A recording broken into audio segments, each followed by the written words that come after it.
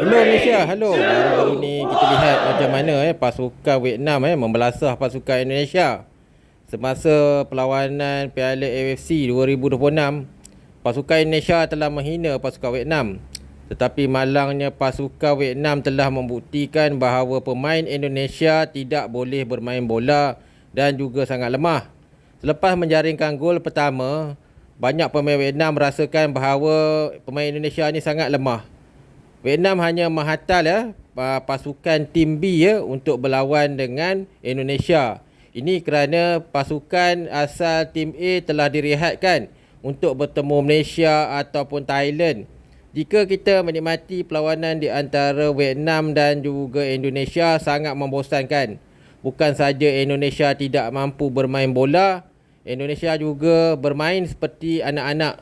Itu kata pemain Vietnam. Macam mana bermain dengan Indonesia? Kami merasakan bahawa pemain Indonesia ini tidak pandai bermain bola. Mereka hanya pandai bercakap besar. Saya membaca rencana baru-baru ini Indonesia akan membantai tim Vietnam sebanyak 10-0. Begitulah andaian wartawan daripada Indonesia. Selepas perlawanan ini, pemain Vietnam sangat terkejut kerana Vietnam bermain dengan keadaan tim B. Okey guys, tim Indonesia terlemah Asia, kalah lawan Vietnam. Ya, kami terkejut kerana kami berjumpa dengan tim yang paling lemah di Asia, Indonesia. Mereka menghina kami.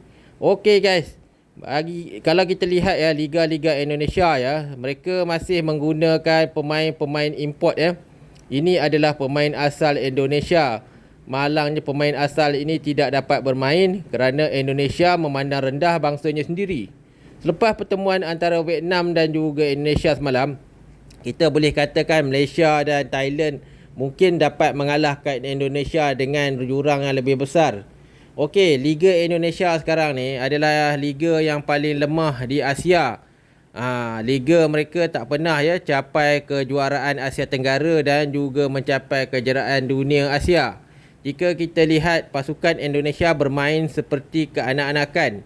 Mereka tidak profesional dan bermain kasar. Itulah kata player Vietnam. Okey guys, kalau anda pergi ke Indonesia, ramai pemain import anak-anak company Belanda.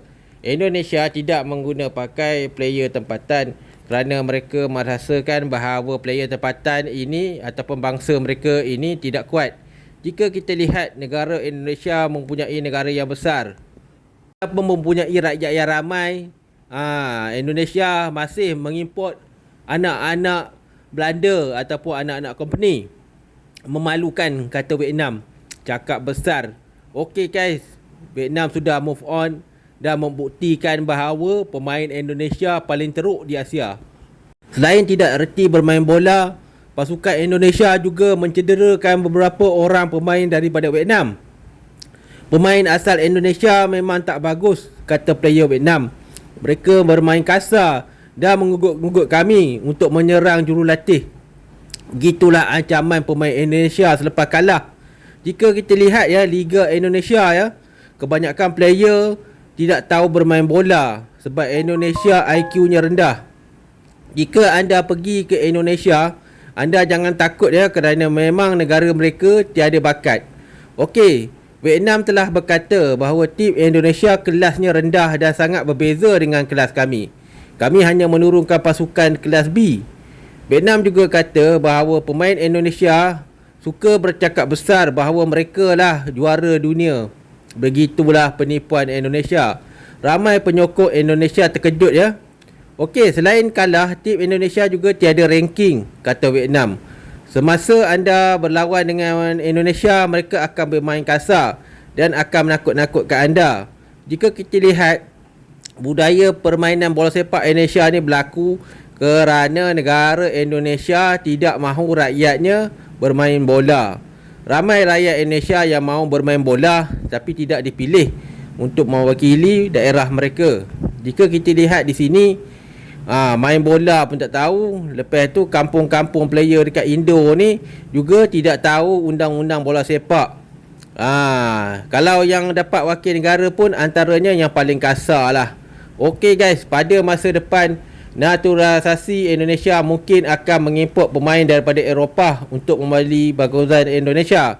Sudah terbukti Lepas mereka mengimport pasukan daripada Belanda pun kalah. Mereka pada masa sekarang dan pada masa depan mungkin akan mengambil pemain daripada Perancis macam Mbappe. Itulah bukti ya. Mereka tidak percaya kepada bakat tempatan. Jika anda lihat ya, dalam perlawanan dengan Vietnam ya, pasukan Indonesia tidak dapat memegang bola langsung dan juga tidak dapat try. Walaupun mereka memakai pemain Belanda kelas C, tetapi pemain Belanda pun tidak mampu bermain dalam pasukan dengan baik dengan pemain Indonesia. Okey guys, pada masa depan selepas ini kita Malaysia ya mungkin dapat mengalahkan tim di Indonesia. Kata Thailand, tim Indonesia hanya bermain kasar dan mengharapkan offside. Begitulah. Selain bermain kasar, mereka juga sangat jahat. Okey guys, dalam edisi ini player Indonesia pada masa depan bukan saja tidak boleh bermain bola. Sebab itulah pemain-pemain Vietnam kata jangan jumpa tim Endon kerana mereka lemah. Dan apapun akhirnya AFC kita menang.